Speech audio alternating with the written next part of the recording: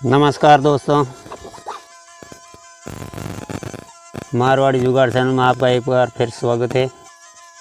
विक्रम बेताल की अगली कड़ी में सुनेंगे आज अगली कहानी कुछ इस प्रकार है कि चंद्रशेखर नगर में रतन दत्त नाम का एक सेठ रहता था। उसके एक लड़की थी, उसका नाम था उन्मादिनी। जब वह बड़ी हुई तो रतन दत्त ने राजा के पास जाकर कहा कि आप चाहे तो इससे ब्याह कर लीजिए। राजा ने 3 दासियों को लड़की को देखने के लिए भेजा तो उन्होंने उन्मादिनी को देखा तो उसे रूप पर मुग्ध हो गई, लेकिन उन्होंने यह सोच कर कि राजा उसके वश में हो जाएगा आकर कह दिया कि वह तो कुलक्षणी है। राजा ने सेठ से इनकार कर दिया। इसके बाद सेठ ने राजा के सेनापति बलभद्र से उसका विवाह कर दिया। वे दोनों अच्छी तरह से रहने लगे। एक दिन राजा की सवारी उस रास्ते से निकली।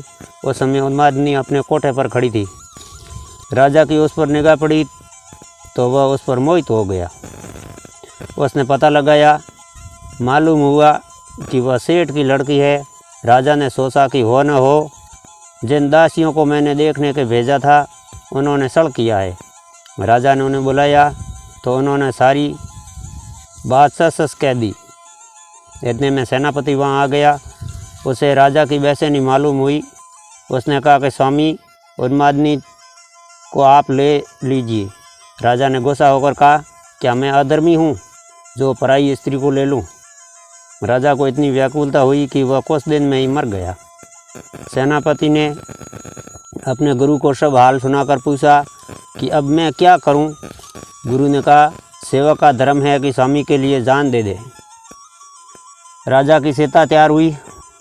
सेनापति वहाँ गया और उसमें कूद पड़ा। जब उन्मादिनी को ये बात मालूम हुई तो वह पति के साथ जल जाना धर्म समझकर सीता के पास पहुंची और उसमें जाकर सती हो गई।